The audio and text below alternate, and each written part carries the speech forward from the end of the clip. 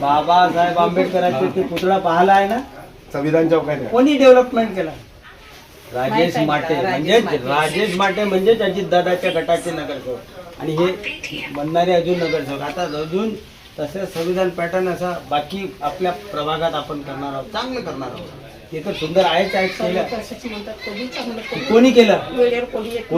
भाऊ, अजित पवार गटाच्या नेतृत्वात तुम्ही उमेदवारी घेतलेली आहे आणि तुमच्यासोबत म्हणजे तुम्ही मिळून 4 आहेत. तुमचा दांडगा अनुभव, या अगोदर सुद्धा तुम्ही नगरसेवक राहिलेला आहे.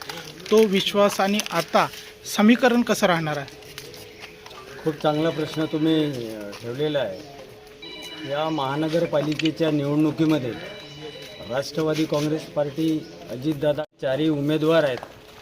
हे झुंजार काम करणारे, सामाजिक कार्यात, चळवळीत आणि प्रत्येक सुखादुखात कामात धावून जाणारे आम्ही उमेदवार आहोत.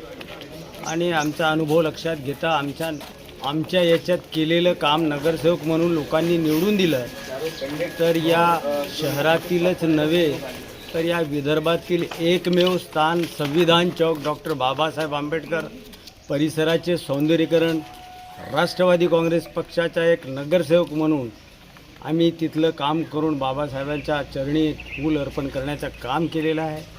त्याच पद्धतीने या प्रभागातील समस्त जनतेच्या समस्यावर प्रत्येक वेळी तोडगा काढण्याचं काम राष्ट्रवादी काँग्रेस पक्षाच्या नगरसेवक म्हणून केलं. तसंच त्या पद्धतीने मग अंतर्गत भूमिगत लाईन असेल, शोर लाईन असेल, ड्रेन लाईन असेल, डांबरीकरण असेल किंवा सिमेंटीकरण असेल, आम्ही प्रत्येक कामाला लोकांच्या याला प्रतिसाद दिला आहे आणि लोकांचे प्रश्न सोडवत आलो आहे. लोकांनी एक वेळा नव्हे तर 2-2 वेळा निवडून दिले. याचा अर्थ समजून घ्या तुम्ही की लोकांचा प्रतिसाद आम्हाला मिळालेला आहे, आमच्या कामाला प्रतिसाद मिळालेला आहे. असं नसतं तर लोक एक वेळा चूक करू शकतात नगरसेवक निवडून देताना, दुसऱ्यांदा चूक करू शकत नाही. काम करणाऱ्या व्यक्ती कोण आहे, तळागाळात काम लोकांमध्ये जाऊन भेटणारा कोण आहे आणि लोकांच्या समस्या सोडवणारा कोण आहे, कुठला पक्ष आहे, हे लोकांच्या लक्षात आहे. त्याच पद्धतीने आम्ही या प्रभागात पूर्ण 4 उमेदवार पूर्ण पिंजून काढणार आहे. प्रत्येक समस्याचा तोडगा या निवडणुकीच्या माध्यमातून आम्ही घेणार आहे. त्यांचे काय प्रश्न आहेत तेही आम्ही जाणून घेत आहोत आणि निवडणूक झाल्यानंतर आम्ही 4घे निवडून आल्यानंतर त्या समस्याचा आम्ही तोडगा काढणार. भाऊ, या निवडणुकीमध्ये तुमचा विकासनामा काय असणार आहे? काही नागपूर महानगरपालिकेची जी शाळेची अवस्था आहे, या इथल्या जे नगरसेवक होते त्यांनी कुठल्याच प्रकारचं त्यांना हात लावण्याचं काम नाही केलं, कुठल्याच प्रकारचं त्यांना मदत करण्याचं काम नाही केलं, ते शाळेचं डेव्हलपमेंट नाही केलं. आणि महानगरपालिकेच्या ज्या शाळा आहे थोडासा तिथं या बाजूला आता सेंट जोसेफ कॉन्व्हेंट असेल किंवा SFS असतील, त्या शाळेमध्ये अर्ज टाकायला गर्दी असते, पण नागपूर महानगरपालिकेच्या शाळेकडे लोक बघण्याचाही दृष्टिकोन नसतो. त्या शाळा डेव्हलपमेंट करणार आहे आम्ही. त्या SFS पॅटर्नसारख्या नागपूर महानगरपालिकेची शाळा तयार करणार आहे.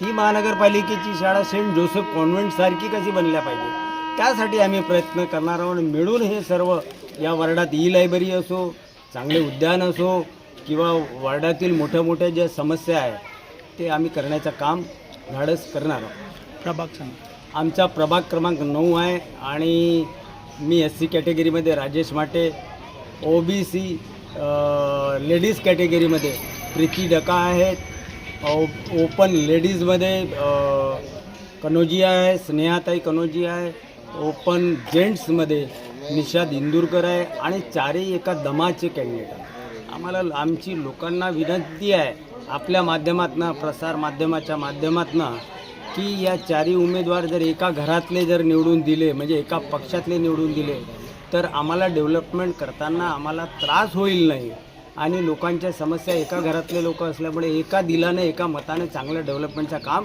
या समस्त प्रभागाच्या जनतेचं आम्ही करू शकतो.